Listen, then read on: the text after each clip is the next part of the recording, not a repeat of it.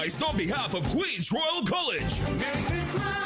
First prize is a luxurious, fully loaded big ride Ford Ranger. Draw date Saturday, December 20th at the school. Tickets only $100. All proceeds for the further uplifting of the school. Tickets available from teachers, parents, alumni, and of the school. Also nationwide at all branches of True Value, Reliable Appliances, Christina Shoe Store, Kenny Sports, Unique Bookstore, Extra Foods, JTA Supermarkets, Police Credit Union, ABC Home Center, The Trinity Shop, PRW Enterprises, Sharon Bookstores, Miguel Moses and Sons, Ishmael Khan and Sons, Modern Electrical, Crosby St. James, Attorleys by the Park, Tribe, Mass Carnival, Cinnamon Drugs Sangre Grande, Bellini Truck San Fernando, Ronnie and Carol Maraval Road, IslandEtickets.com. For more info, call the college at 622-1671 or the hotline at 491-1802. Queens Royal College, 3-car raffle.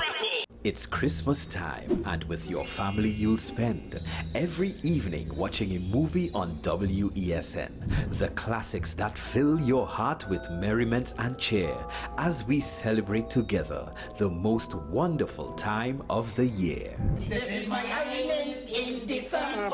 This Christmas, WESN celebrates with you as the content capital brings the big screen classics. Gather your family and tune in to WESN from December 1st to 31st at 8 p.m. nightly for We Christmas Movie Classics.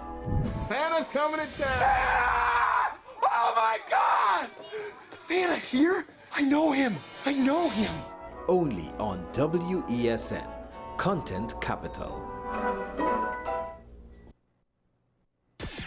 WESN.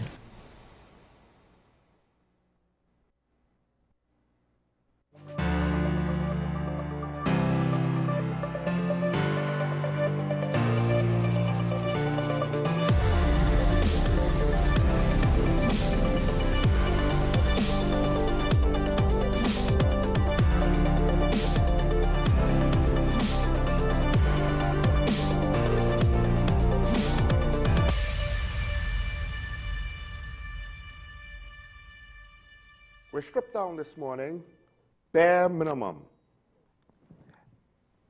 In more ways than one. However, this is still talking about the WSN, the Content Capital. Sean Michael Small here to begin the discussions on certain topics, to point out certain observations, to give certain perspectives, to ask for whatever feedback you want to give, to continue the discussions, hopefully beyond this show. But one of the things I wanted to mention straight off the bat, it's a story coming from a couple days ago. It's something I wanted to highlight, but I've been holding off. Maybe now is the best time to highlight it, saying that we're stripped down this morning. Well, one of the things that I find interesting, I always observe how other countries deal with accidents and emergencies, and how do we in Trinidad deal with accidents and emergency. One of the questions I have is, what are ambulance response times? A lot of people complain about police response times. What about ambulance response times? Of course, there's the whole controversial issue about fire response times. So controversial, even a government MP was part of the discussion. Won't go into all of that. Because when you look at certain other foreign countries, if a single person goes missing, they might call out search and rescue teams with dogs, helicopters, drones, all kinds of resources which have a cost spent for one person. And the real brutal side of it is a lot of the cost is going to be incurred whether you need to rescue someone or not, because you're investing in having these assets already available. You're buying the helicopters to have them available. You're paying the salaries of search and rescue teams and search dogs and the like to have them available. Do we have such things available? It's not that we don't want to fuel the helicopter, we don't want to pay the cost of the helicopter maintenance, so we keep the helicopters grounded. We don't have numerous helicopters for all of the various missions any civil government or authority could utilize them for. But we do have situations where we do need search and rescue. Of course, there's a whole NGO, Hunter Search and Rescue Team, based around that fact to help the authorities to try to fill in the gaps. And there was a situation a few days ago where a joint effort was able to extract an injured hiker from a very serious situation because that hiker was apparently stranded, mainly due to his injuries, for almost 2 days or for 2 days.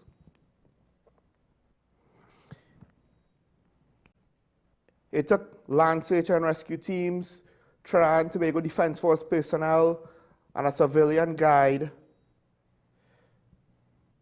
the fire service, all working together to get this guy out, in part because of the harsh terrain, where he impacted his thigh on the rocks. This is the victim.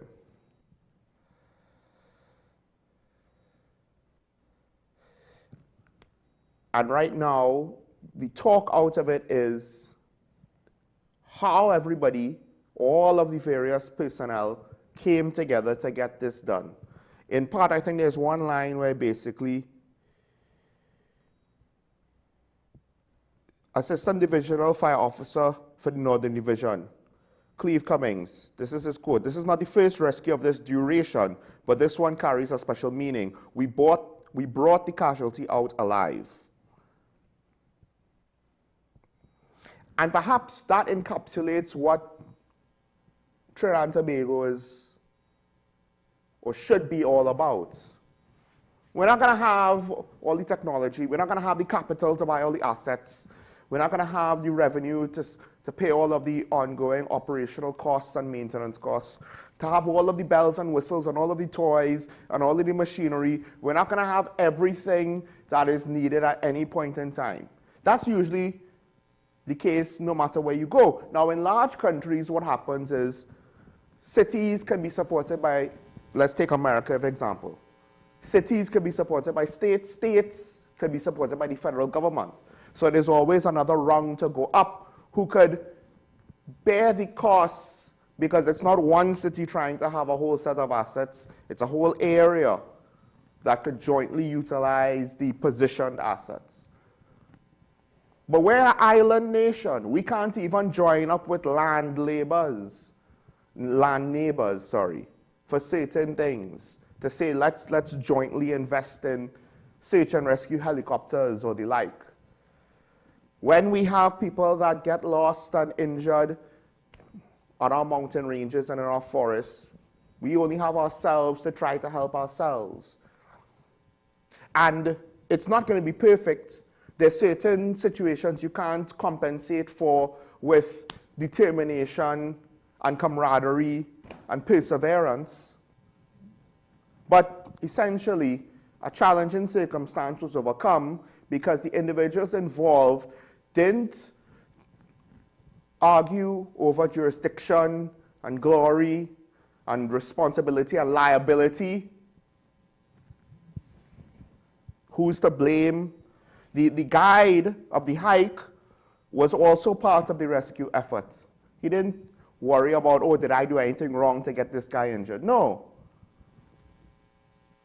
It was about ensuring that the individual did not succumb to exposure. And while it's not as severe as Paria, the response seemingly is a lot different. And maybe the severity has something to do with it, but maybe also the fact that there was no politics involved here. There were only the people who they were trusted to do their job, they were left alone to do their job, so they did their job. And we can't necessarily say that for all public servants, but there are many of them out there. But more importantly, let's go bigger picture. We have challenges in this country.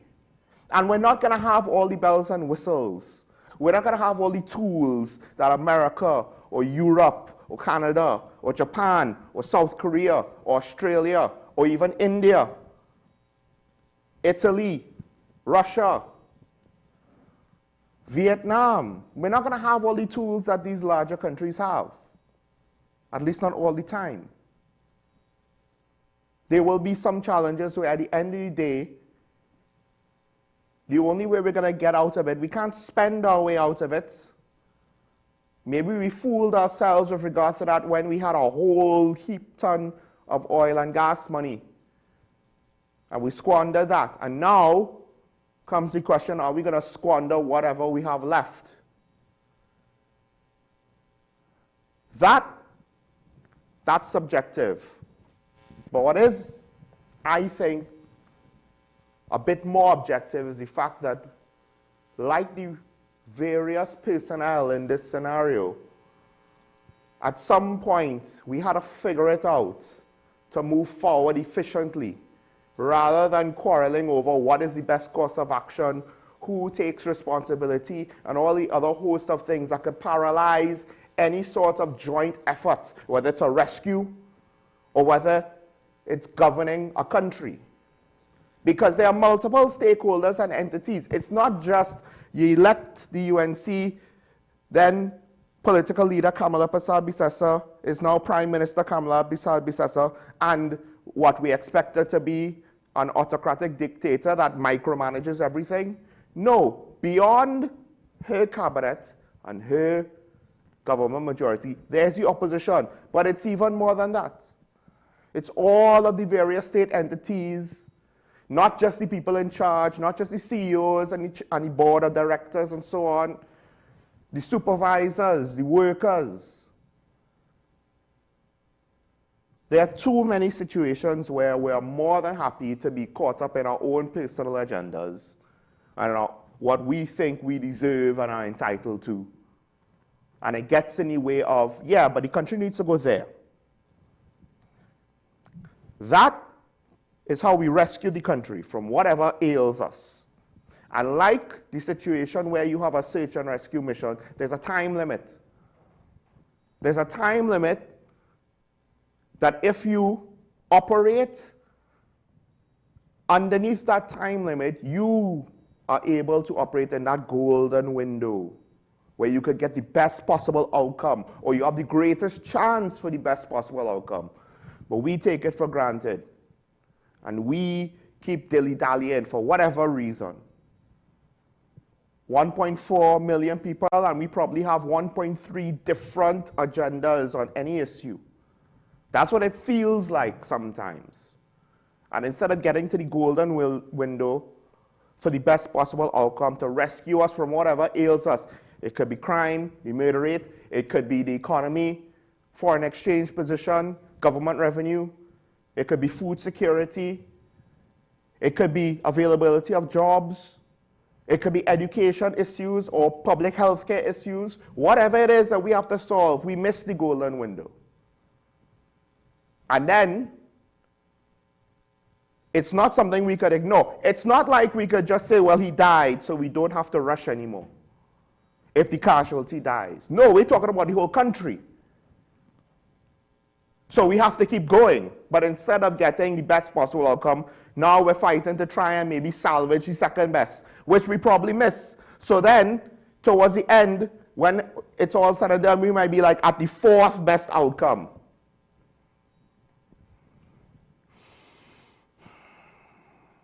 A country is more than just a government. A country is more than just any one person. A democratic country is more than just any one thing. That's the whole concept of democracy. It is everybody coming together, who agree, who doesn't agree, but at the end of the day, it is a joint effort in order to get us where we want to go. We don't even know how to come together to even determine what direction that is yet. A young nation experiencing growing pains, but these are the growing pains that we can ill afford to stumble over much longer. This is how other young nations got derailed. In some cases, they never were able to get back on track. We take it for granted we had 60 plus years of reasonable living, of a high quality of life. I watched a video yesterday, 5 different people in 5 different scenarios that they were all forced to take a life. And it made them think of how fragile life is. We underestimate how fragile a healthy society is. Like the human body, it's not impervious to harm. It's not so resilient it will automatically overcome anything. It will overcome what we persevere through, what we have the will to overcome. Do we have the will to overcome whatever comes next? Because there's going to be something that comes next. The world is changing. After Trump, there's probably going to be changes. Post-COVID, post-war in Ukraine, already we've seen a lot of changes. These changes happen whether we want them to happen or not. The situation in Venezuela is whether we want it to happen or not. These changes could be a tidal wave, and the question is, are we going to ride the wave, or is it going to come crashing on top of us? And without a clear direction to steer the ship, our goose is cooked. Now, the Prime Minister steers the ship, but on some level, this is a democracy. This is not a dictatorship.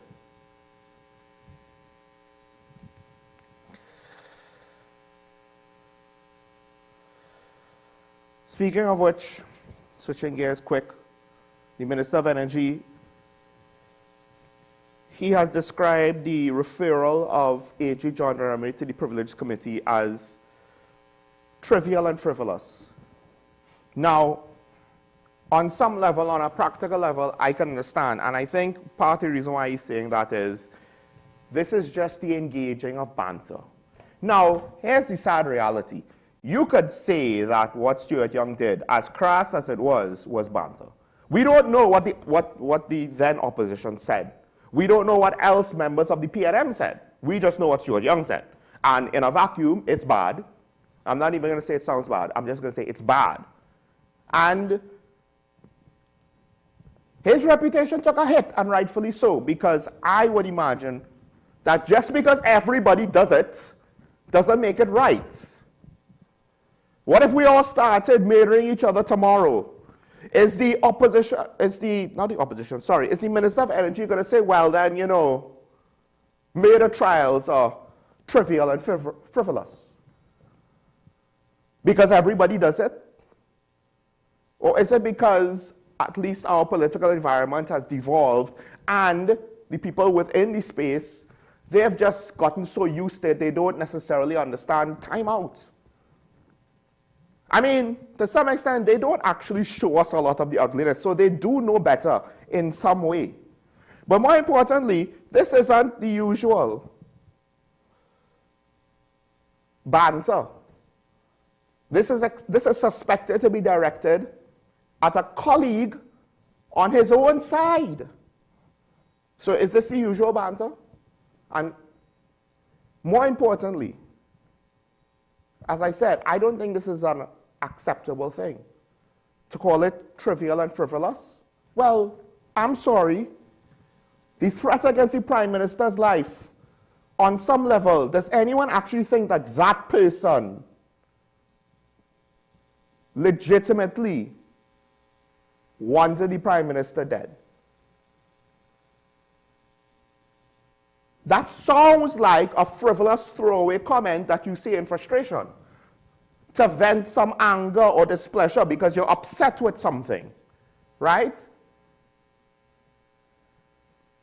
When people talk about crime hotspots, they should get rid of all of them. When people talk about the rich and the wealthy who are too greedy, they should get rid of all of them. When they had the fires in LA, even Dave Chappelle made a joke. How can you burn what is already flaming? In relation to the fact that West Hollywood was untouched. So, you want us to take threats against the Prime Minister seriously? Cool. I'm all for that. Because this is one of the things where I don't actually think the woman meant what she said. If she had an opportunity, I don't think she had any desire to harm the Prime Minister. But I do believe that what she said is out of bounds, regardless of how trivial her intentions were, how frivolous her intentions were. It was an act that could lead to dire consequences. Let's not allow it. When you have these sorts of outbursts in Parliament, where you show the worst that our society has to offer in the most hallowed ground of our democracy, what does that tell our population? What does that tell the young people that you're trying to say, don't break the law? Don't follow the example of the criminals that might be trying to entice you because they just want to use you. Don't do that.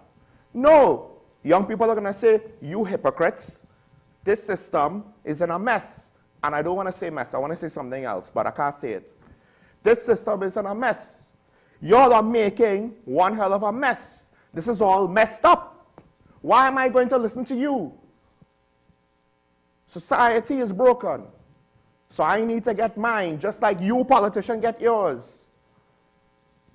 Nothing's being done to instill a sense of honor, duty, a sense of ethical behavior, morality in society, and especially not due to this. And this is not to say that the AG was wrong, not wrong. I'm not even, it's just the lack of professionalism. And then more importantly, the hypocrisy of the Minister of Energy coming and saying, oh, well, it's trivial. No, when Stuart Young said what he said, did anyone accept that apology? No. Are we now going to say, oh, well, what Stuart Young said was trivial and frivolous? That is the implication of what the Minister of Energy, Rudal Munilal, is saying. That Stuart Young's comment to the then opposition leader, now Prime Minister, who's his political leader, was trivial and frivolous because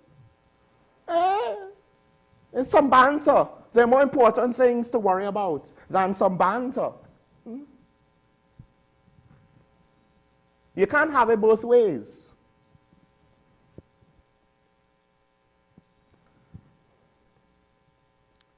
So, I do want people to take threats against the Prime Minister, Dr. Amy Brown, or any other politician seriously. But it's a throwaway line in most societies. I'm going to kill you when you're vexed.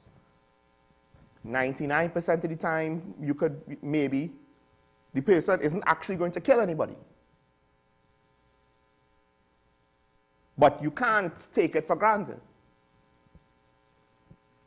just because you think it's trivial and frivolous.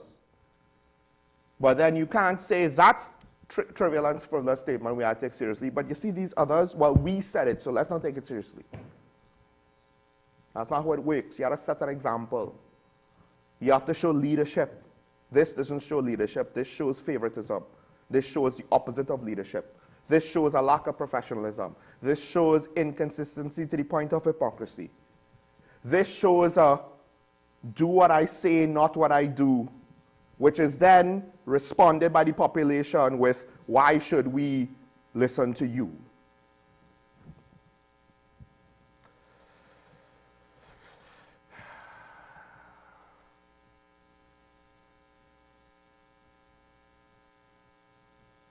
All right, let's take a break. When we come back, there's so deep into this already stripped down. But we do have a daily review to get to, some topics to discuss. Some of that more important matters that Minister of Energy was speaking about. Stay tuned. This is Talking About on WSN Show. Michael Small. We'll be right back after this.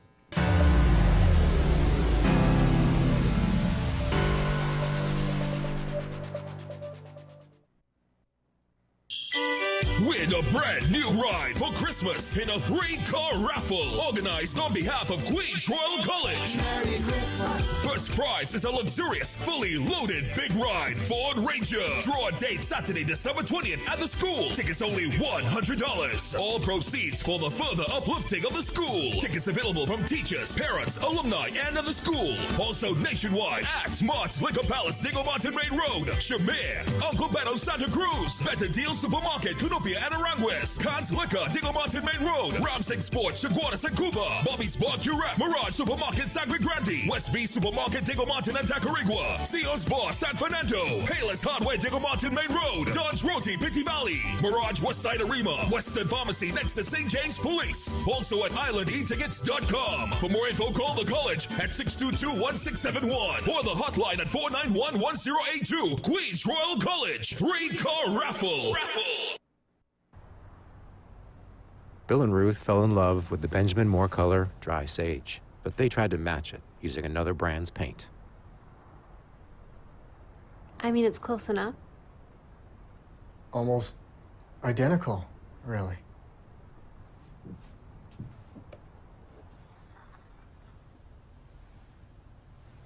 Yeah, there it is. Never trust another paint to be a Benjamin Moore color. It's Christmas time, and with your family you'll spend every evening watching a movie on WESN. The classics that fill your heart with merriment and cheer as we celebrate together the most wonderful time of the year. This is my island in December. This Christmas, WESN celebrates with you as the content capital brings the big screen classics. Gather your family and tune in to WESN from December 1st to 31st at 8 p.m. nightly for We Christmas Movie Classics. Santa's coming to town! Santa! Oh my God! Santa here? I know him! I know him! Only on WESN, Content Capital.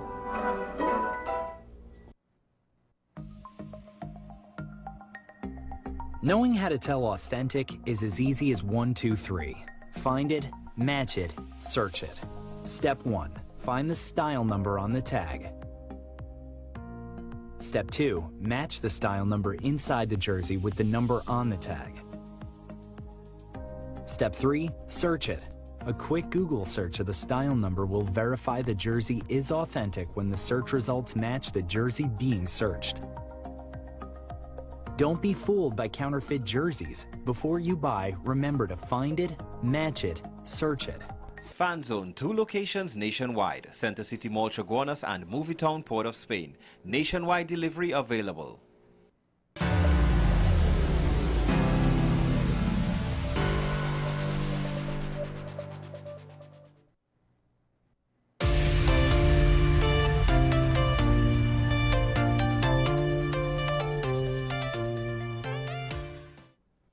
And we're back here on what is a stripped-down version of Talking Point. Not quite as stripped down as when the Red Hot Chili Peppers stripped down. Those who know what I'm talking about. Those who don't know, it's fine.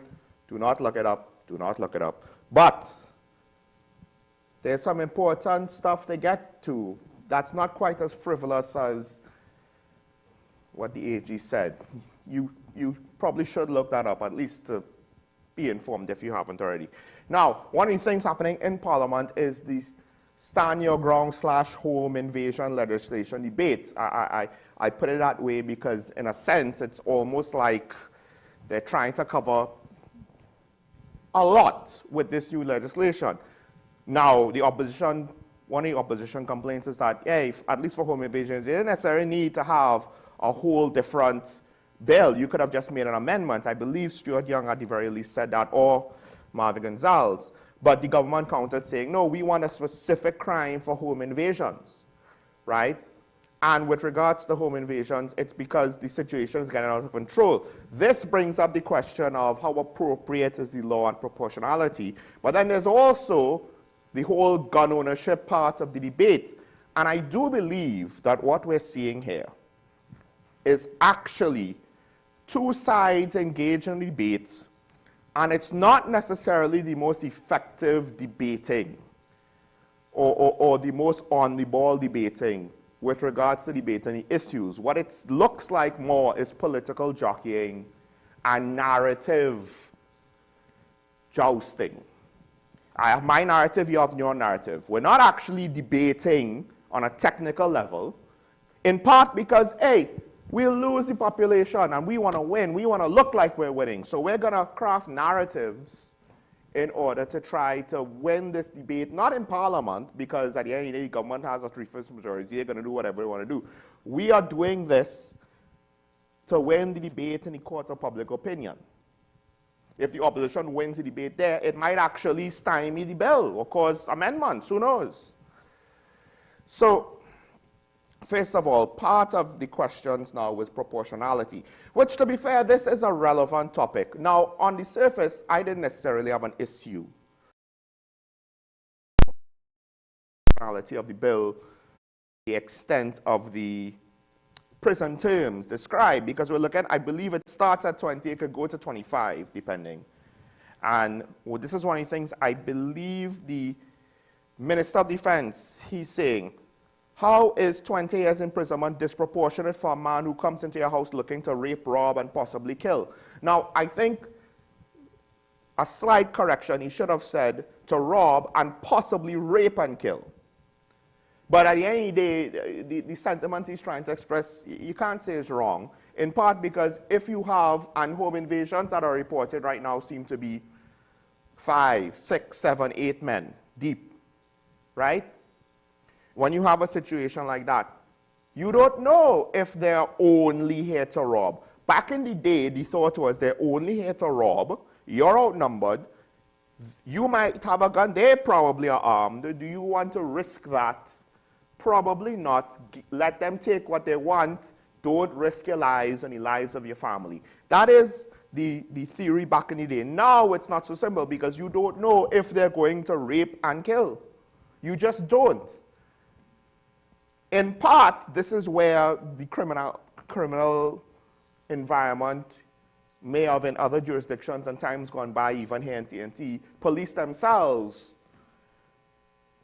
to get some of the more reckless behavior off the streets, but we're in 2035 and that's not what's going on. So 20 years imprisonment, on some level, when people say they want the gloves taken off and they want criminals to feel it, doing it this way, I can understand. I don't necessarily have a problem with, right? He goes on to say, what does Scotland want? A 5-year jail term so that they could come back and rape and rob again. And I don't know if that's actually what Keith Scotland wants. You might be putting words in his mouth. But generally speaking, yes, if the term is too short and if the punishment is not severe enough, then it's obvious they're going to come back again. Now, just because the punishment is severe and the prison term is long doesn't mean that it's going to dissuade people. But if it is too ineffective, you know for sure that it's not going to dissuade people, right? That's where it gets tricky, the subjectivity of it is. There are obvious thresholds where we like, if the punishment is too light, we know it's going to be ineffective. But just because the punishment seems heavy doesn't mean it's going to make them stop, in part because, and I've said this before, and I'll say this again on a lot of these things, this bill does not necessarily, as far as I've seen, doesn't necessarily do anything to help the detection rate of these crimes. It goes back to what I said about murder. What's the point of saying death penalty? Death penalty. If, depending on the time period that you're looking at, as much as 88% of the murderers essentially got away scot-free. No clue who they are. What does that tell the criminal enterprise operators out there? You can put all the laws you want, it don't make a difference. But Keith Scotland, I think he touched on some concerns because, you know, it was said he has these scenarios, right? Let me get the quotes.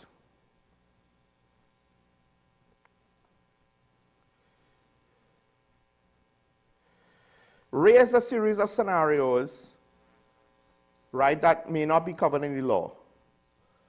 And Scotland was accused of defending hypothetical clients in court rather than seeking the public's interests, and insisted all scenarios were catered for. And first of all, I would say that if the government is trying to say all scenarios are catered for, that's not something that they should say, right? Keith Scotland is raising scenarios. You want to insist all scenarios are catered for. There's no such thing as a law that will cater to all scenarios. There's none. Humans are going to human And there's always going to be something that cannot be anticipated by the law. That's why we have judges.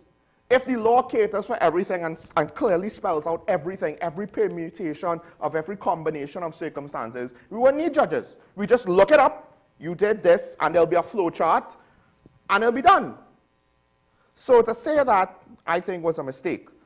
Now, let's go into what some of the things Scotland said. It could be a guest who refuses to leave, a tenant, and in a landlord dispute. Now, that second part, I do believe the law does cover it, because it said, you know, it does not, if you're a tenant, you're a resident. And the implication is that it won't necessarily apply to residents. The resident could ask a guest to leave. It doesn't say the owner asks a guest to leave, right? So I believe a tenant is a resident. It allows for that. With regards to, you could ask a guest to leave. It doesn't, I don't believe tenant will be under the definition of guest, right? Then, but the first one, a guest who refuses to leave. I did outline a scenario. What if you have an abusive relationship and the victim invites a family member over who then confronts the perpetrator who tells the family member to leave? Now you have two residents having different positions on the matter. What do you do? I don't know. Now, Scotland has went on. A person entering by mistake. There was that situation with the elderly gentleman who may have been mentally impaired in Tobago, and the off-duty police officer shot him because he feared for his life. Which someone made a case where police officers should never state that they fear for their lives. But that's a whole other technical thing. I won't get into that. One of the other things that Keith Scotland brought up was even someone seeking shelter, which you might think, oh, well, if they're seeking shelter, why are they going to jump my wall to seek shelter? Remember, not all residences are homes with a lawn, with walls, etc. Some are apartment buildings and the like. And then to what extent now is the lobby of your apartment building, of course, private? But what if someone ducks in there to seek shelter from the rain? Maybe it could be bad rain, right? Yes, it's an extreme hypothetical, but it's not impossible or impractical. What if there's a storm, like a tropical storm, or a hurricane passes close enough where we have some serious wind and rain and the like, and someone is desperate enough to get out of it, maybe a homeless person, that they run into the lobby of a residential apartment building, and then someone sees this homeless person, I fear for my life, bang! Is that right? Now, the thing is, you might say Keith Scotland is nitpicking, but I think at the end of the day, that's the whole point of the debate. I do believe the government's intentions are well-meaning, but to say that you cover every eventuality, that's literally, I don't think in almost any piece, it has to be one of the most basic things that has zero chance for variance for you to say that the bill will cover every eventuality. And the whole point of the debate is to present these what-if scenarios. And it doesn't matter how extreme they are, because in a way, the more extreme they are, the more it will highlight certain weaknesses that can translate into less extreme situations. And part of it is, look, we're not going to know all of the various ways that the bill could be tested. That's why you always have landmark cases where, and you know, it brought up this issue, this case brought up this issue with this piece of legislation, with this scenario. It was tested in the court of law. A judge had to rule on it. Why? Because the bill did not anticipate it. I'm not a lawyer, so please. I'm using layman's terms. If I'm wrong, a lawyer could come and correct me, but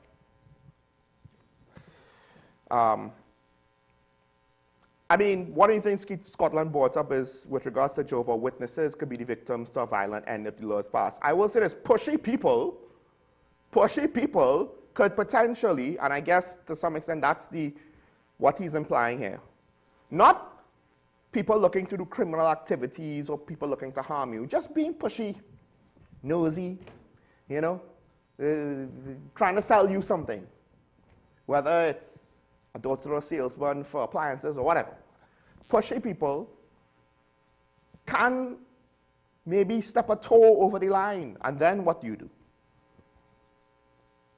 Then what do you do?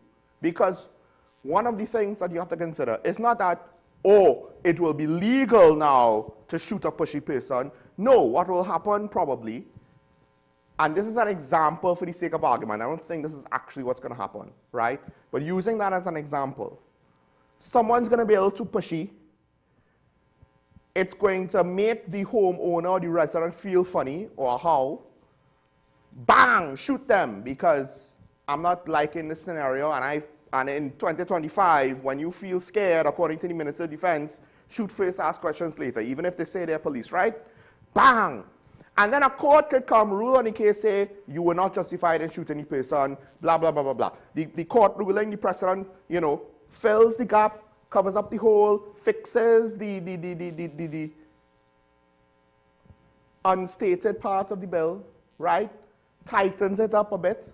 But at the end of the day, to get there, someone got shot, possibly killed. And we're not talking about some sort of mundane legislation like a littering fine of $15 or something like that. We're talking about something that will justify the use of deadly force in situations that are technically subjective. So that's one aspect of it, right? Again, I do think in Scotland, you know, a basic, what was reported, I don't know if this is what's been presented in Parliament, but what was reported in anticipation was that there was something to say a tenant and a landlord dispute, I believe is covered, but is one of the things that is covered, right? Given the fact that a tenant is a resident, I don't think a landlord could just ask him to leave, right? So, but there's another aspect to this, because part of the debate now went into the opposition, particularly the AG, saying the opposition is being hypocrites because they have multiple guns and multiple firearms, and they don't want the people of TNT to have firearms. Now, on some level, that is true. On some level, that is true. I can't say to what extent it's true, but what did the Commissioner of Police do? The Commissioner of Police, not this Commissioner of Police, I'm sorry, Erla, the previous Commissioner, right? What did she do? This Commissioner of Police, he has been trying to deal with the backlog of FUL applications. That was one of the first things he did, so kudos to him. But his predecessor, she was, basically, it seemed, right? We don't know for sure, but it seemed her unofficial policy, whether from her own judgment or from the National Security Council / Cabinet, was F you also nobody. I don't know if it was a response because of what Gary Griffith allegedly did while he was commissioner, but it was F you also nobody, right? So to what extent was that an unofficial policy of the then PNM administration? More importantly, Gary Griffith himself said that you had some of those on that side of the bench harassing me to get firearms. This is the PNM. We had a minister, because it was when he was commissioner, so the PNM was in government, alone asking for about 13 firearms for persons very closely aligned to him. Another one asked me to fast track a firearm so he could get a special permit to get a firearm to kill pigs. I mean, I don't even know what to make of that. That's just like a left field thing, right? Everybody concerned about firearms, so it's safety, and then, you know, I need to kill pigs, right? Gary is reportedly went on, that's why I call out, in brackets, the hypocrisy. That's why the hypocrisy of the opposition MPs who are upset about me issuing FULs to law-abiding citizens to protect themselves, their families, and their assets, whereas they, on the other side, it was okay for them to be contacting me constantly to provide firearms for them and their friends in high places. I do believe that Gary Griffith did either speak about, imply, or present text messages over exchanges he had with a certain minister in national security on this very topic. So, the thing is, this whole thing about the PNM not wanting people to have guns, there's some truth to that. There's precedence of that. There's history of that, right? And it would behoove the PNM to figure out a way to reconcile the history with the current. Because people who, are just looking at the narrative and looking at the headlines and just, they're not really thinking through what it is because they're so busy day to day. They're not putting too much effort into their opinions, right? They're just reacting. And, whether it is doctors, lawyers, garbage collectors, retail workers, whatever, they're just reacting, no matter what the level of education are. We're all human, we do that sometimes. The initial emotional reaction to the PNM and to this narrative is, hey boy, these fellas they're really good, eh? How do they change gears so quick? But here's the thing though, here's the thing. Is this really the debate? Because Keith Scotland didn't say people shouldn't have access to legal firearms. He was talking about the severity of the bill. And then, let's go to Stuart Young. This is the report, and this might be a little bit too much of editorializing in a news report. I just want to say that out there, but I do want to say it because I do think that if true, it's relevant. Right? It might be a bit too much of an opinion, though, subjective. This is the report. In The Guardian, because I can't, it's one of those things where I'm not saying it to kind of call out The Guardian. It's more like I want to attribute the work properly to the correct people so they get the credit. Depending on if you think it's credit-worthy or not. This is the report. Young, who was visibly upset during his contribution. Now, on some level, the opposition always does seem upset, but it's interesting that they decided to point it out in this case. Again, is that editorializing, or is that giving good context? Who was visibly upset during his contribution, said the government brought to Parliament a different bill from what they shared during their public consultations. And this is the quote: they have taken out the provisions that require special majority, and in that provision it says they infringe our constitutional rights and our entrenched rights. The question that arises immediately is, why are you misleading the population, even in what you've brought and what you went to them with? And secondly, but more importantly, why are you taking out the need for constitutional protection? And they may come here with all sorts of reasons, but those are the first red flags that we face as we look at this legislation here today. So, I don't know enough to know exactly what he's saying. I'm going to admit that up front, right? Except the part where he's saying that apparently it's a little bit of a bait and switch. And this goes back to the whole situation with, I'm wondering if this is a pattern now. Because with the Virtual Assets and Virtual Asset Services Providers Bill, the opposition complained that they didn't have enough time to review the extensive amendments, right? This is the opposition MPs, I believe. Now that it's in the Senate, an independent senator is making a similar complaint. So now that we come to the Stand Your Ground legislation, is this a pattern where maybe they think, look, we need to put these changes in last minute to get it where it needs to be, without giving consideration to, but it's a debate. And if we keep the same timetable on the debate, but we make last minute changes, then we undermine the whole process of the debate, because the other side is not going to be prepared. And on some level, we ourselves might not necessarily be prepared as a unit. The person who's championing or who's leading the changes, they might know what it is. But then, of course, they'll be biased for the changes they make. Where will you get the proper, correct level of back and forth, of scrutiny? That's the whole point, right? The whole point is we have an idea. What do you think of this idea? We assume the government side and the opposition side should all be in unison. Why? It should be a government minister or somebody pilots a piece of legislation, and if necessary, even his own side should scrutinize the bill. Because you bring an idea to the forefront, and now the idea has to compete in the open forum of ideas. And then the cream rises to the top. We go through the motion, right? What challenges the idea? How good is the challenge? How do we fix or account for the challenge? What is the solution to improve the bill, to improve the idea?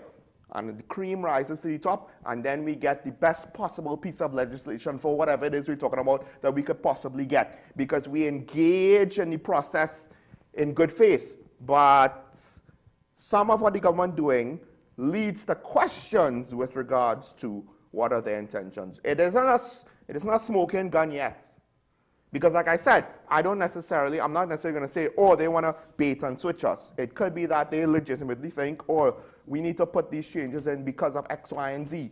They have legitimate motivations, but the unintended consequences could be that it undermines the debate process. And Stuart Young is pointing to that. So I have Keith Scotland speaking about the penalties. I have Stuart Young questioning the legislation presented and the value of consultations and whether the consultations were honored. Let's not forget, P&M constituencies apparently were not consulted by the government. They did their own consultation exercise, which was smart of them to do, because now, of course, the MPs for the P&M, when they come to debate it, they, in theory, are coming with the consensus and the will of their constituents, which is also part of what MPs should be doing and not just blindly being a lemming following their own side. Now, I say in theory, I don't necessarily know if that's what the opposition did. They could also blindly follow their own side, right? Notice in neither case did it come up, oh, well, people shouldn't have guns. This is what Stuart Young did say about firearms, right?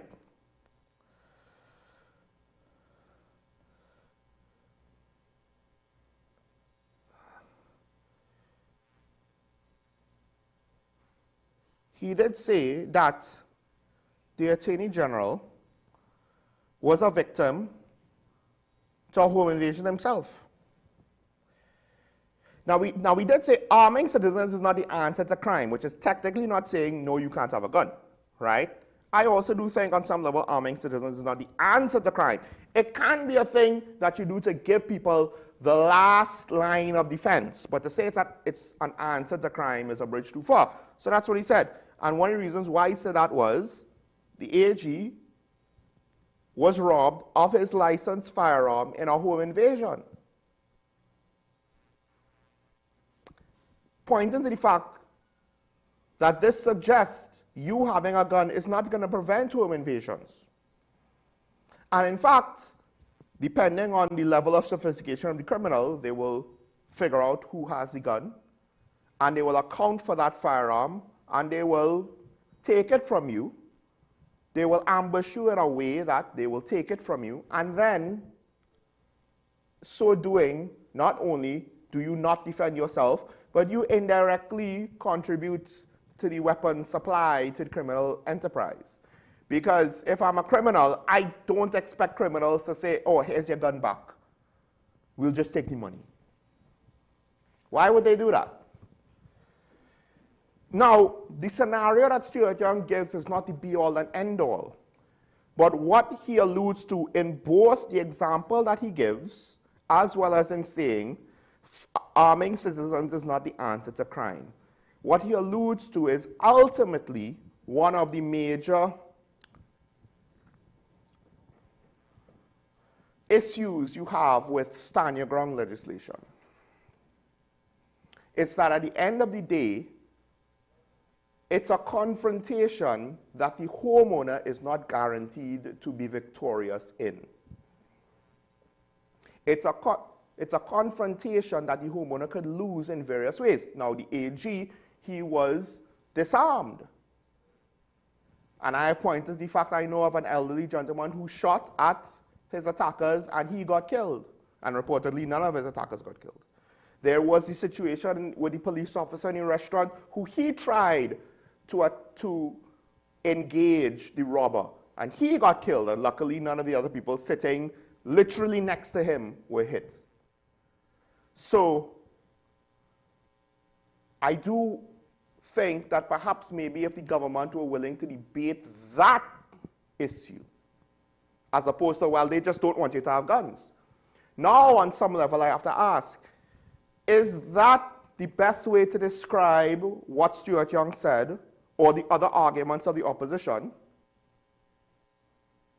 Or is that, in a way, a straw man kind of argument? Well, I'm not really debating you. I'm kind of debating this thing that isn't really you. And then now, the bill that we get, is it actually going to be the best bill we could possibly achieve? We have Digger Martin waiting. We'll take the call. Good morning, caller. You're on here. Good morning, I'm Sean. Morning. A couple of things. And the first one I'm going to raise about this stand your ground legislation and the management of the FUL holder of the gun. And I think Stuart Young raised an issue that, okay, we have a scenario that the former attorney, the current attorney general, lost his gun somewhere up on the North Coast. But he failed to give us another example where this management of this firearm was questionable with a PNM National Security Minister. People forget Chinley went to a gun range and his FUL accidentally went off. So that comes back to the whole thing. How are we managing the person who gets the FUL? Mm-hmm. And that comes back to the screening and the vetting, etc., etc. MPs should not be, and ministers should not be, we should not be discriminated. Why you ministers basically getting firearm holders license and we as ordinary citizens cannot get it? What is the rationale? They're brighter, they're more sensible, they could manage it better than we are? No, you can't do that. No. Parliament. I was fortunate to listen to the disability argument for legislation. And there is where I have a problem with senators and parliamentarians all across the board. Yesterday, I was hoping that it came out that the parliament will do the requisite corrective action. We had an egregious incident where, and I'm going to call the attorney's name, Vera Bagan, I believe was really done some damage by the chairman of the Equal Opportunities Tribunal, where she refused to appoint her as an lay assessor. And that goes to the crux of the matter. How can you have your head of your organization discriminating against someone? Mm-hmm. And I was hoping during that debate somebody had the testicular fortitude to say that chairman must go. It didn't happen, so I'm still peeved about that.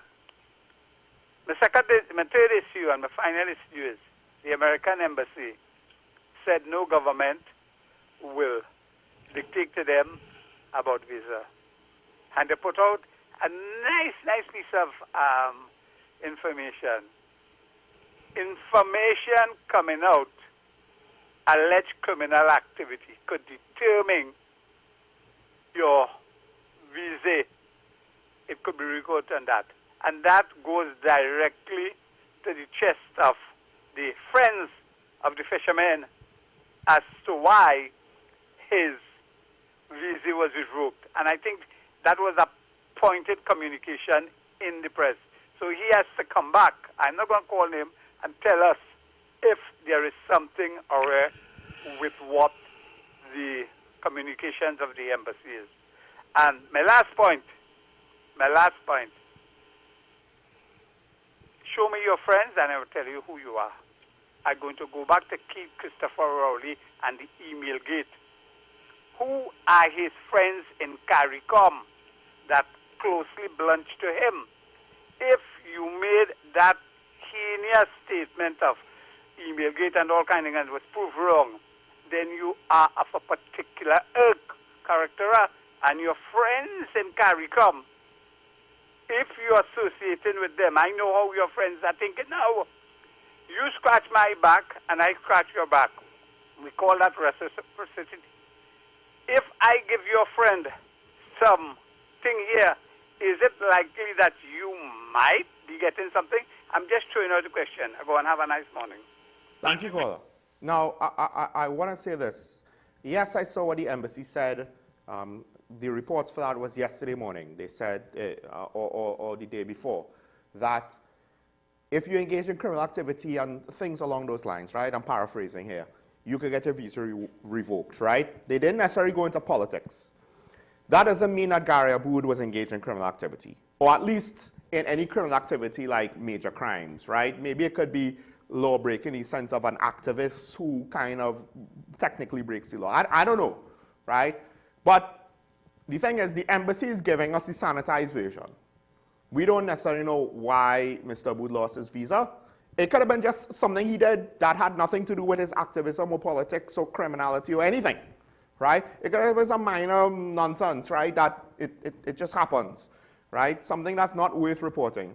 Or it could have been his activism on social media and his opinions, or who knows? That's not enough, I think, to draw that conclusion. We really can't, right? Because again, the embassy is giving us the most sanitized, benign version of don't do this to get your visa revoked. We don't know if there's other things beyond that that the US government will consider or not, or how they consider security issues, right? We don't know. So it is what it is. There might be more there, there might be smoke there, but we can't say that there's fire there, right? With just that alone. It's not enough.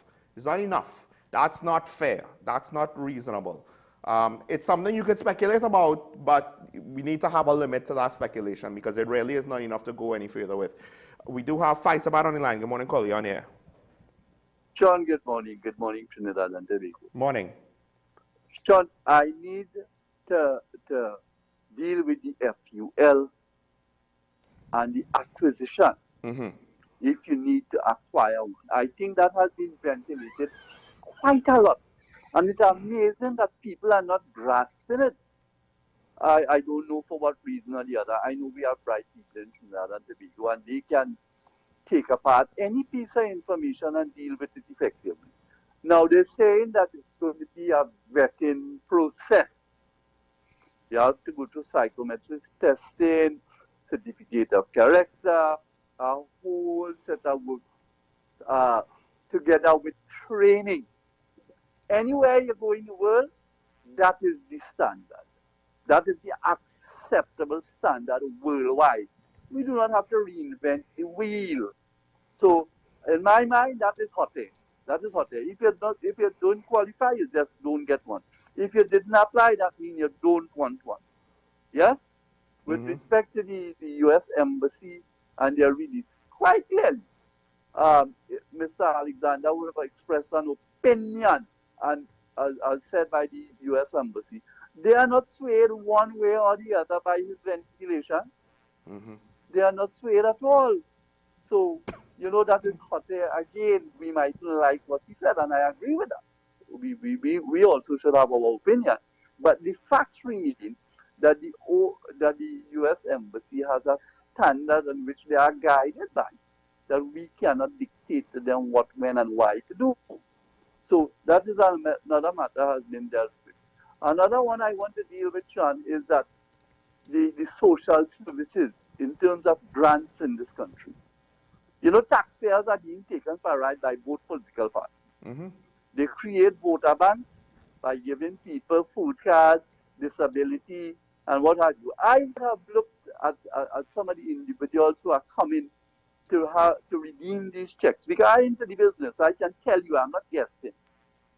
And I'm seeing some able-bodied men and women, I mean, very, very strong and healthy men and women coming with disability allowances, food cards. I see people pulling up with vehicles by the groceries with Jericho and all kind of things, and they come with food cards. So what we need to do really, or what I would like the government to do as a taxpayer to protect my dollar and to make sure it is spent meaningfully, is that we appoint a board, a tribunal, maybe that in each regional corporation, and we interchange them with 4 doctors, and you're an applicant, you go before that tribunal, and they would do an assessment and decide whether you qualify for the grant, yes or no. As it is now, it is being granted willingly as a voter bank for both parties. Both parties. Both of them are guilty of doing that, because I've seen that.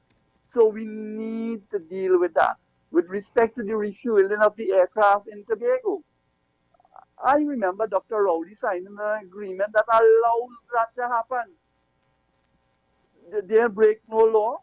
We give them that accommodation that they can come, be in a strategic position, they can refuel and do what have you. They cannot use it as a battleground or a base, but they are allowed to come refuel and do stuff like that. So all these things are happening. Why people are playing that they don't know that? They know it. They know it, my brother. Have a nice day. Yeah, with the last one, now apparently there were different opinions on why they came here. One of the things that was said by people who work in the airport or what have you, I don't necessarily want to get anybody in trouble, but it's in the news, was that they brought a piece of equipment to install, like a tank or something, maybe something to do with fuel. I might go into this more tomorrow, but I won't be surprised if at the very least the Americans in part of their buildup, because I believe, let me just get to the story. Dominican Republic is allowing the United States to operate, to refuel aircraft and transport equipment and technical personnel at restricted areas within the San Isidro Air Base and Las Americas International Airport, right? So essentially those two, I assume runways, because one is an air base, right, will be areas of logistical support. It might just be for refueling, and potentially for personnel to have layovers, stopovers, whatever, like a transport node, similar to hub and spoke on commercial flights. You know, you fly to Houston before you go to Japan. Well, you might come to Dominican Republic, they sequester you in a tent or whatever, and then the next whatever. And one of the potential reasons of why that C-17 came was to drop off equipment to make our Crown Point International Airport suitable for their needs. Doesn't mean that they're going to use it. That is assuming that the report was true, that they did drop off a piece of equipment. Maybe that was completely false. Or maybe the equipment that they dropped off wasn't necessarily for the airport, but just equipment that they would use if they came here, right? It goes back to what I said when the Gravely was at the Port of Spain. You could have a CIA intelligence desk on Trinidad and Tobago have a write-up on Trinidad and Tobago. You could even have an operative go and assess. Probably, the CIA has people, they paid off somebody to go get information, take photographs of the port facilities, what the facilities can do to study, you know, the capacity of the cranes, the square footage, what the rooms are used for, whatever. They scoped out the whole thing. That's basic stuff. Right? But you could get that. You could get intelligence reports. It's different when a U.S. Navy ship with U.S. Navy personnel, including U.S. Navy chiefs and master chiefs, who actually know what the jobs entail with regards to logistical support, go to the port and say, hey, this crane should be able to do it. Yeah, we have no issues with the port layout, or we have these issues with the port layout, and so on and so on.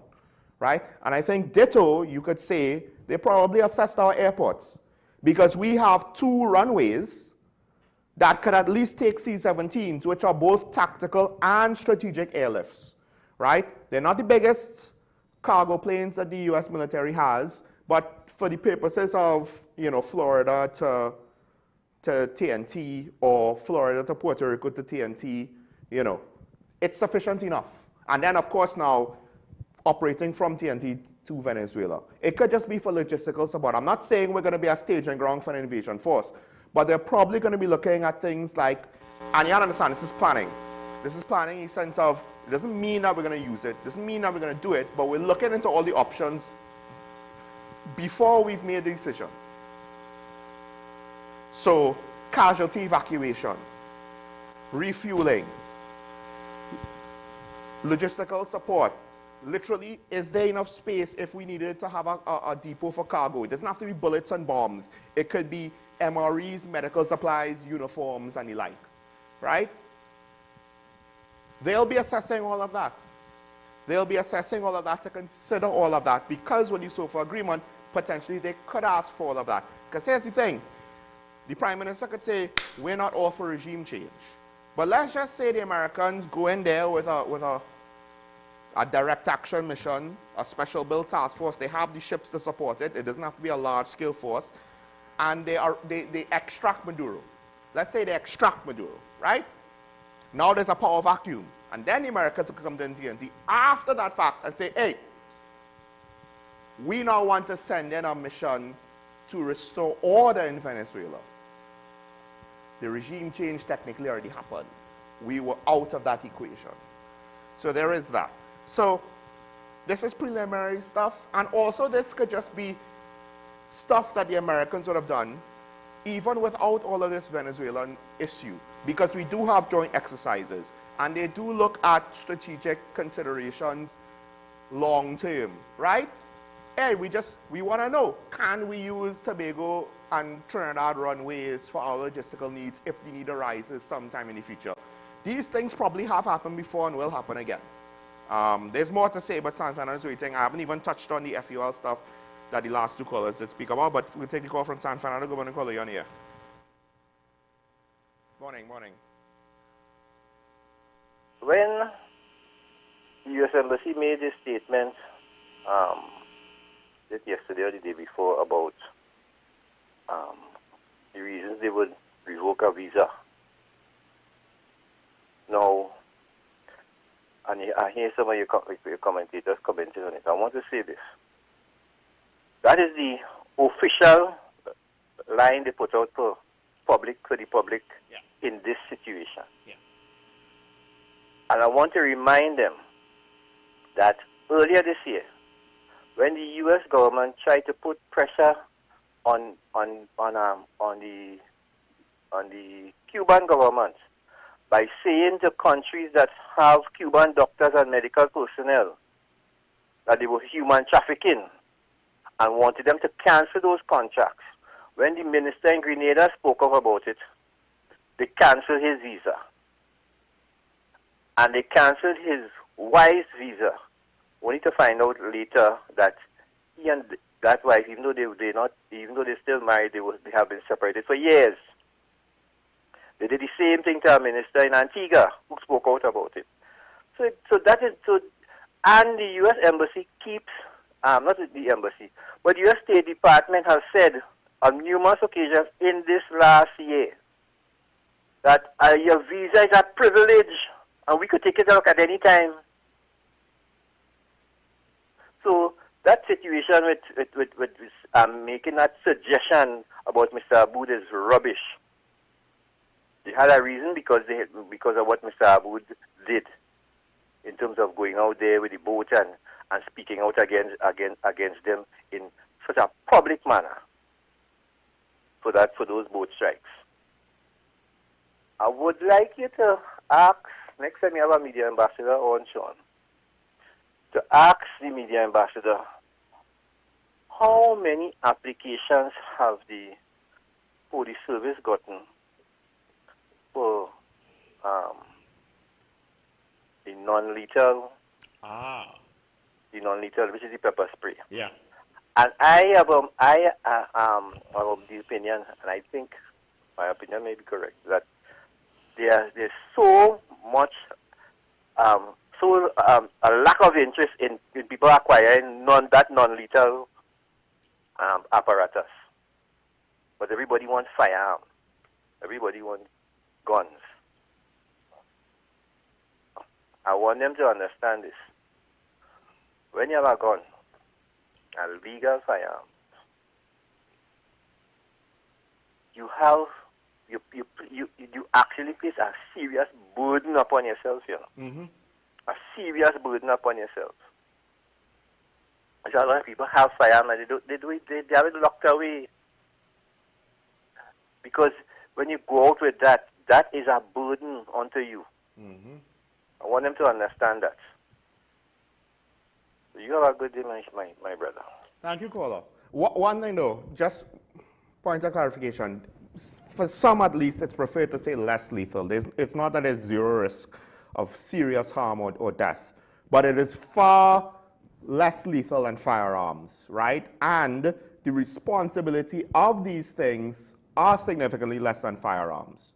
Like I said, and I didn't necessarily do this. I don't know if this is the algorithm, but I saw a video yesterday. There were 5 people. What it means to them, because they all in various ways took a life. One was a medical practitioner that essentially has to shut down life support for those who are, you know, they can't be further sustained.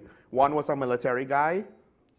One was someone who accidentally shot their friend. And one was someone who killed their attacker.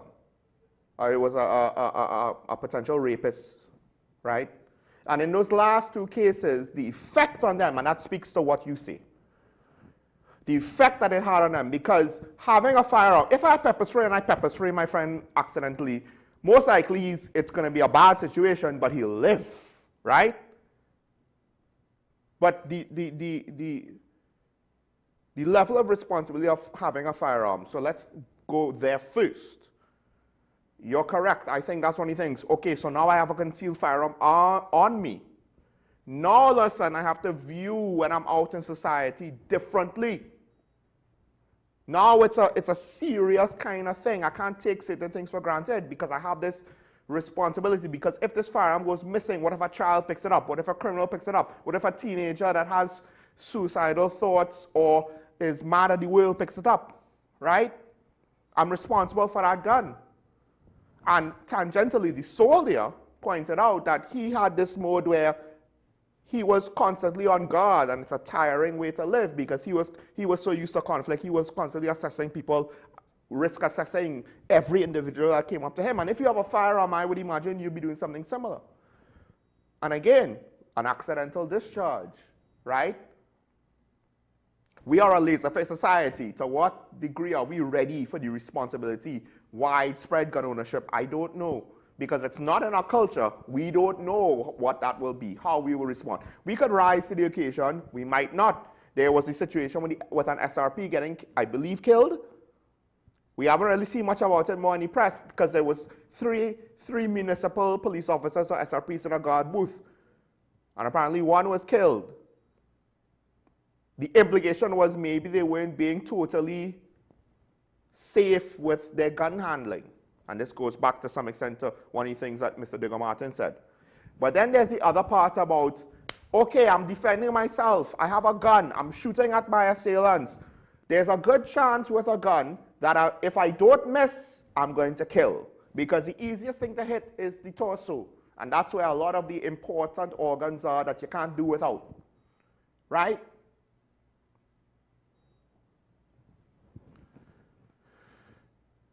The young lady who was able to fight off her attacker and end up killing him. It was a totally justified situation. She was acting in self-defense. One of the things that she said, she doesn't necessarily feel bad per se about it, right? She was defending herself.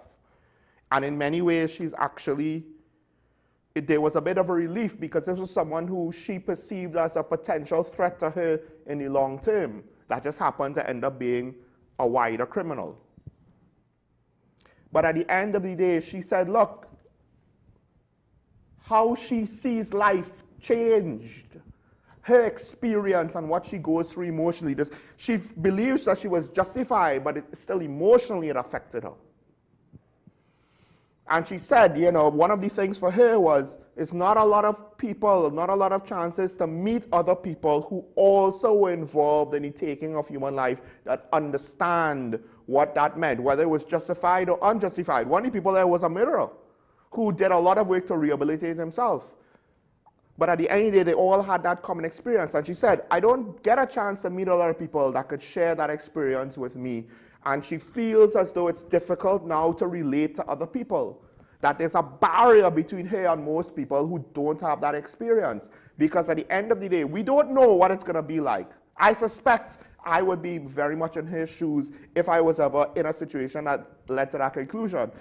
I might be to the point where I don't even know if I'll be willing to go all out to fight for my life. Who knows? It's one of those things, not everybody is willing to do that. I have an aversion to harming other people. And in part, I think it's because I know that, hey, for some people, it doesn't mean anything, right? You don't have to be a psychopath for you to have a certain emotional detachment, especially if you're defending yourself. But for a lot of people, you're not going to have that emotional detachment. It's going to affect you, and it's not going to be a pleasant experience. And that's what it means now to both have a firearm, the responsibility, but then to discharge it. That, and again, there was a guy, he accidentally killed his friend.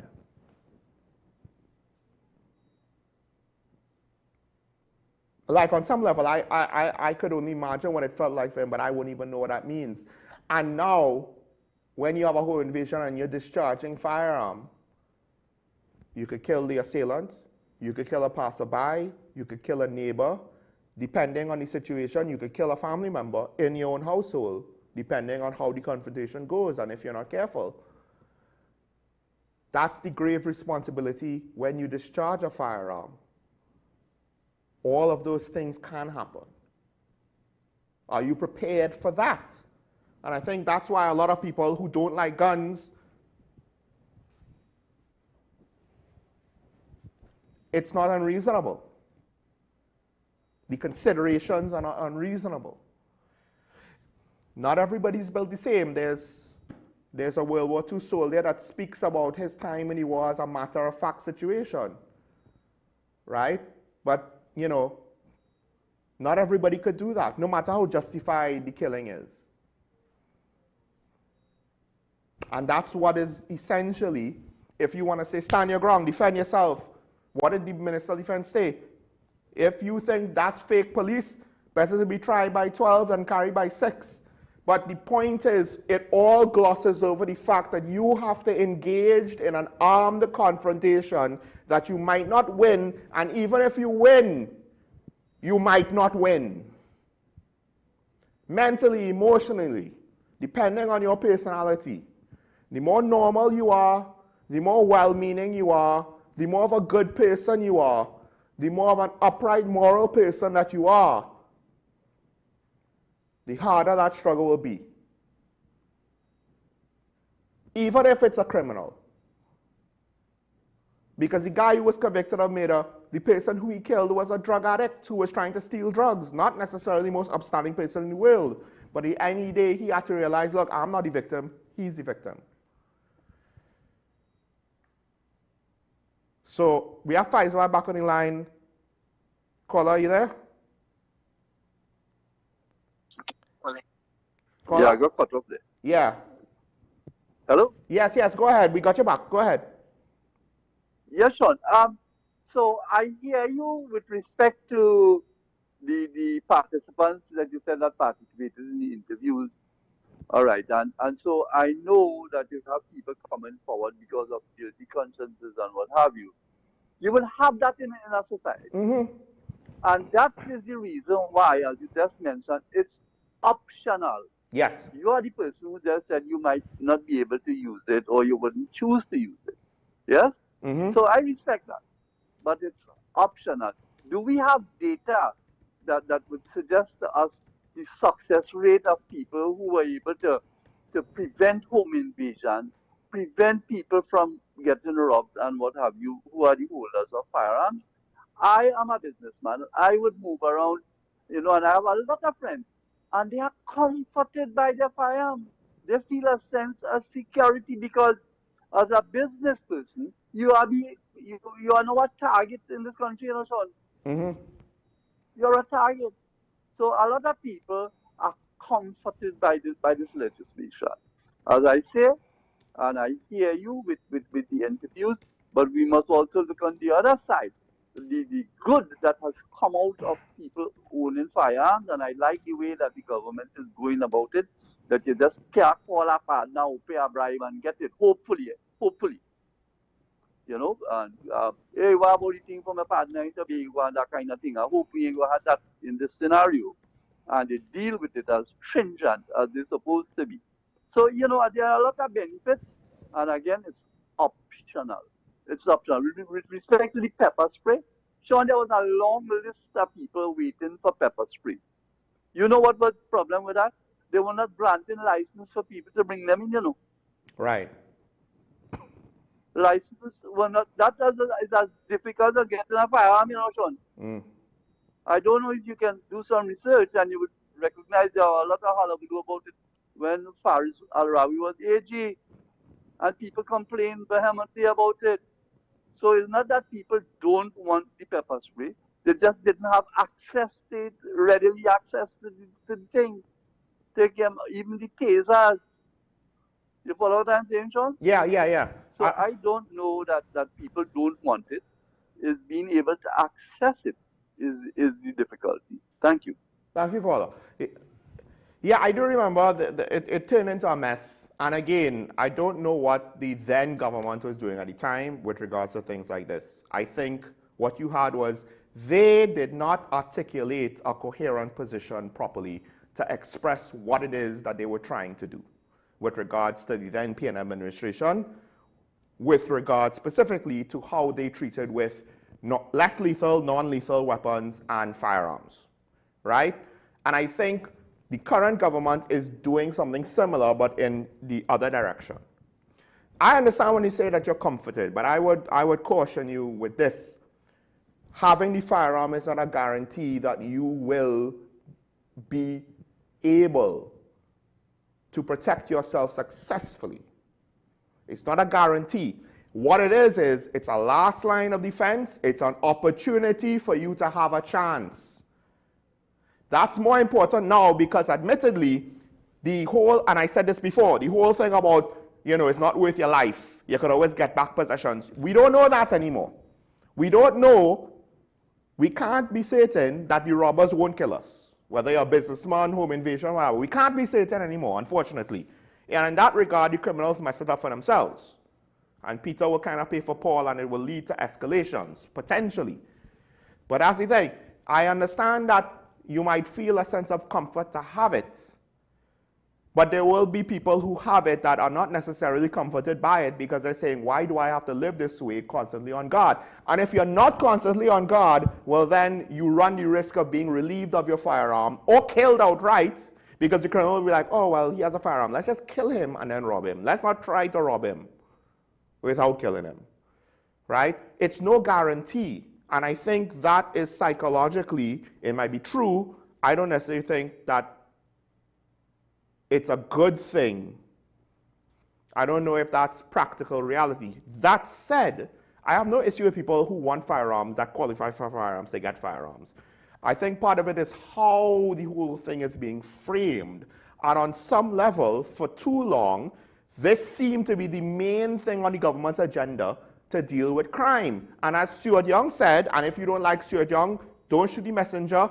Even if you think he's wrong most of the time or broken clock is right, you know, 1/6 of the time. Giving citizens firearms is not an answer to crime. Not saying that they shouldn't have it. Not saying that they shouldn't have the chance to defend themselves. Not saying that it will give them an opportunity and it will make them feel safer, depending, right? But it's not an answer to crime. And at the end of the day, if crime continues to get out of control, what this will potentially lead to is an arms race. We already see where home invasions are 6 to 8 men deep.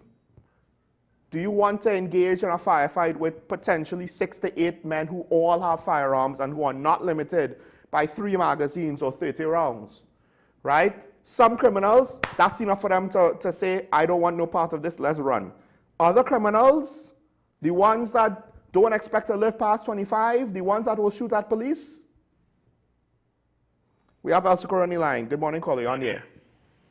Yes, sir. Morning, Sean. How are you, sir? Morning, morning. Yes, very interesting discussion. I understand your ground legislation. And you're right. You know, a firearm can't, you know, guarantee that, you know, that you can protect yourself from criminals. No, no residential person was going to ask a criminal who's intent on invading your home. You come here to invade my house? But hear what?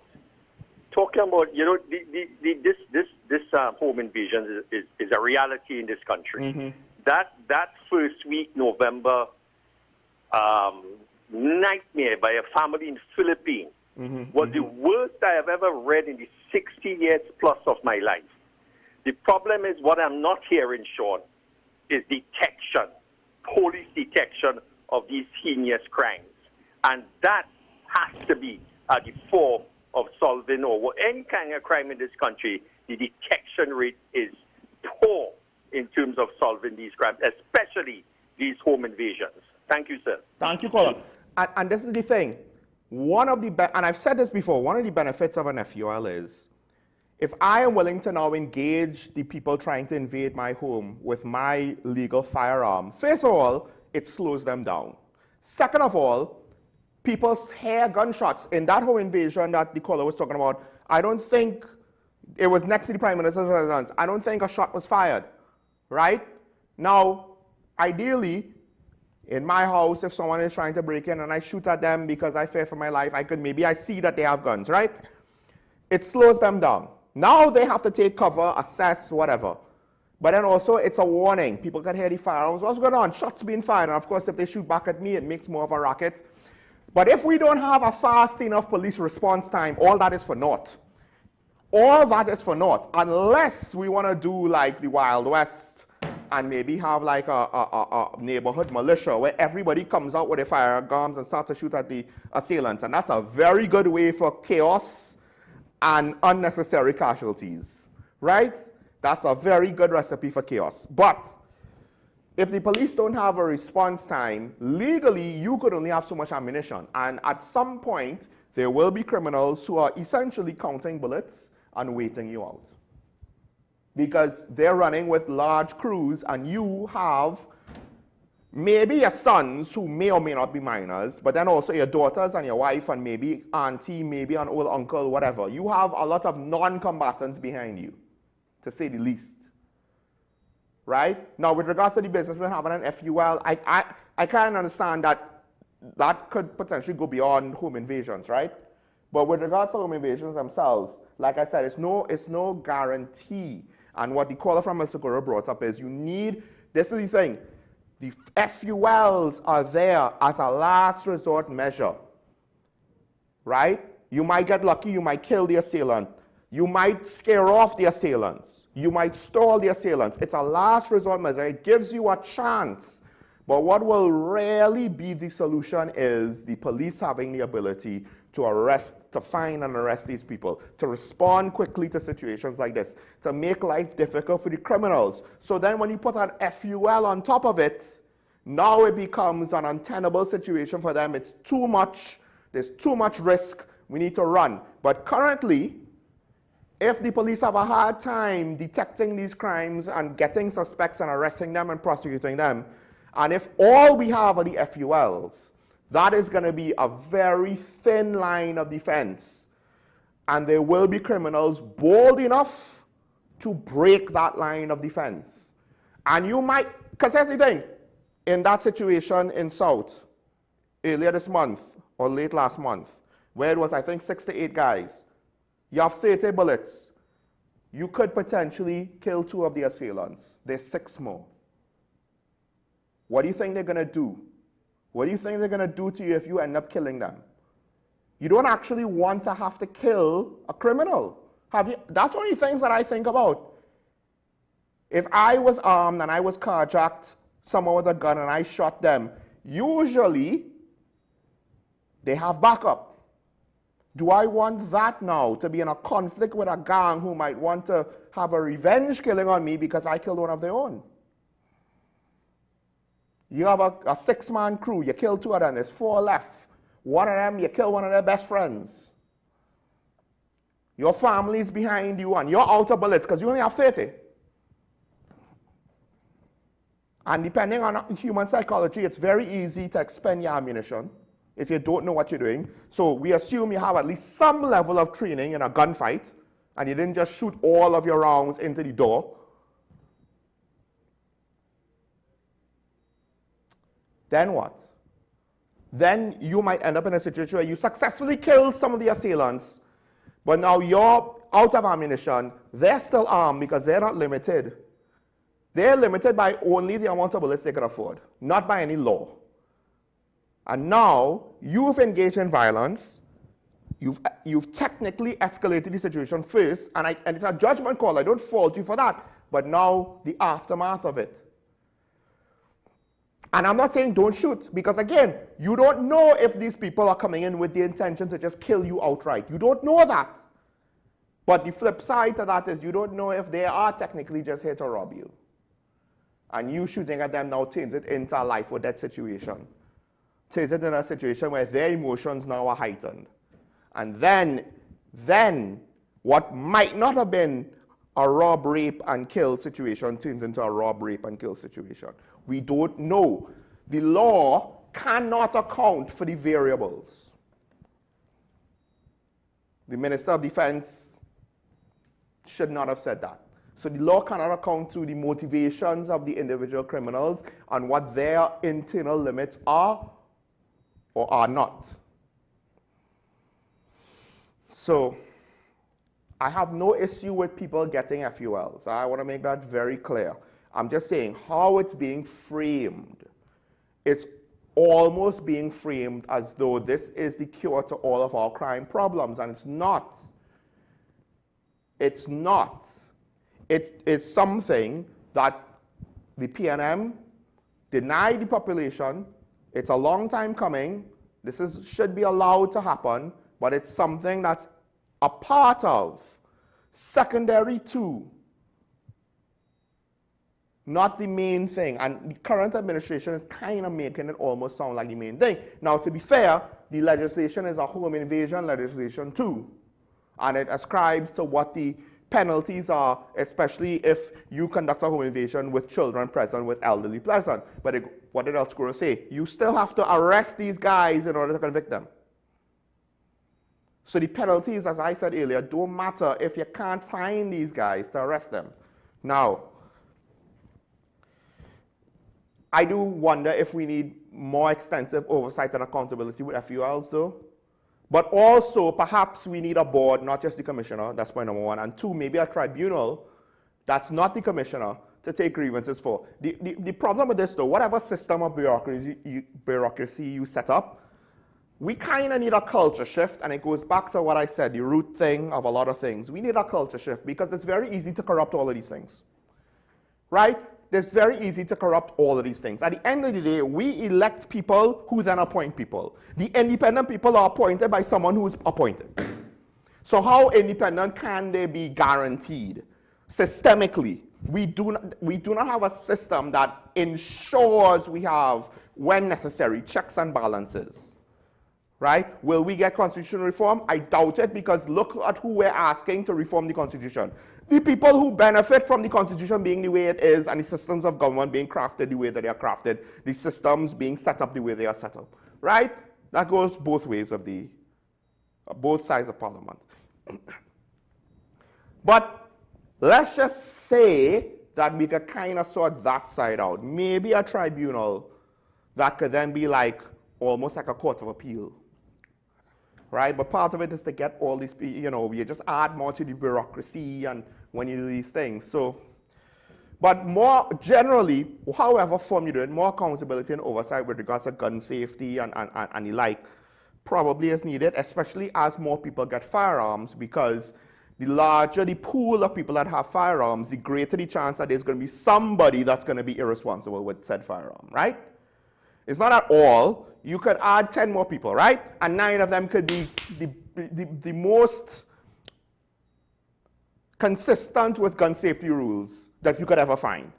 And 1 could be a lackadaisical moron that accidentally discharges a firearm every other place that they go. With regards to, because I think, I can't remember if Digger Martin brought this up or Mr. Feiselbart, voter dependency. This is something that is, at this point, arguably universal. I don't know if there's any modern government that doesn't do this. And to some level, feudalism did this. Monarchs did this. You know, you appease the peasants, you appease the common folk. You don't want a revolt, so you do things to appease them. You don't necessarily always do things in their best interest in the long run, right? How do we know that, that these grants and dependency items could be exploited? What did Living Waters and Is There Not a Cause and all of these other organizations, when we had them on the show a couple of years ago during the Christmas time, what did they say? They have to vet people, because when they have programs to give out a hamper to a family, they have to ensure that one family doesn't end up with 6 hampers. They have to ensure that the people who actually applying for the assistance to get food so that they could feed their family actually needs the assistance to get food so that they could feed their family, and they're not trying to get free food. So we know that there are elements in the society that exploits help for the poor. We know this because the non-profits did put things in place to vet people applying. Now, they have an intrinsic motivation to do so as best as they can because their resources are far more limited than the government. Far more limited than the government. To what degree does the government do not do its due diligence and are very inefficient? So, having a body to assess the qualifications, that could also end up like what I said with firearms. It could be very political as well, right? And it could be corrupted. So it could deny people who qualify and give out freeness to people who shouldn't get it. That's not necessarily going to solve the problem as long as we have the social cultural deficiencies that we have. Let's just say it as it is. Our beautiful culture does not account for everything. And we're not willing to figure out how to account for certain things that is not already accounted for, right? Therefore, we have deficiencies. Therefore, we have situations that when we hear about it, we disagree with it, but we don't necessarily appreciate the fact that this is born naturally from us, from our laissez-faire attitude. Here's the thing, I believe Singapore gives you everything you need with regards to setting you up in life, education and the like. They don't do a lot on the back end. Because if you fail, it's on you. It's a hard way to live, but it's a successful way. Do we want to do that? That might be a bridge too far for Trimbagonians, right? I might touch on this tomorrow, but I'll close with this. With regards to the U.S. Embassy and the whole situation, blanking Roger Alexander, I'll just say this. I'll just throw this out there to end. Minister Alexander brought up the fact that, hey, maybe, you should reject visa of U.S.-based operatives that destabilize the government of Trinidad and Tobago, that disseminate defamatory, inflammatory, and intentionally misleading narratives about our joint mission and the ongoing security operations within TNT. All right. I mean, that's an interesting thing to say, right? That's an interesting thing to say the least. Then we have a minister of ours say potentially defamatory, inflammatory, and intentionally misleading narratives of a prime minister of another country. I wonder if his visa is potentially under this doctrine that the embassy rejected, the United States rejected, but let's say they didn't reject it. I wonder, could it have applied to Minister Roberts? It all depends now on whether his commentary on Ralph Gonsalves and Ralph Gonsalves' family was defamatory, inflammatory, and intentionally misleading. And I would argue those things are subjective. So now, Minister Alexander, to what extent, some people view what Minister Roberts said as defamatory, some people would not. It's not so simple, right? Let's be careful we don't set standards in place that could come back to bite us in our rear ends. But politicians unknowingly tend to walk into that self-made trap more often than you would think. And I understand it. Again, let me just reiterate. I don't think Minister Alexander is acting in bad faith. I just think he doesn't realize that he might be a clean pot, but unfortunately there are too many black pots calling kettle black alongside him. So, All right, we're going to close with that. I don't want to go on any further. I've bored you enough with my ramblings and musings. I want to thank all the callers for calling in to contributing. The FUL debate, the home invasion debate, the stand your ground debate will continue. But ultimately, I think for the crime problem, we need more than that. That's more or less my point, TLDR.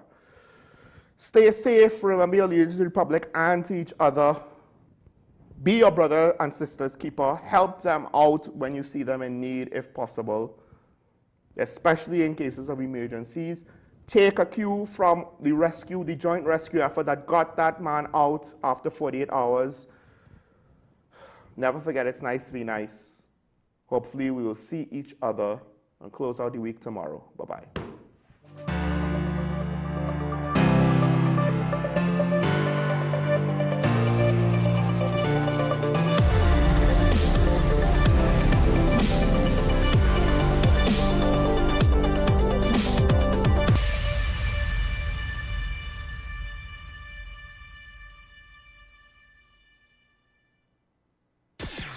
WESN.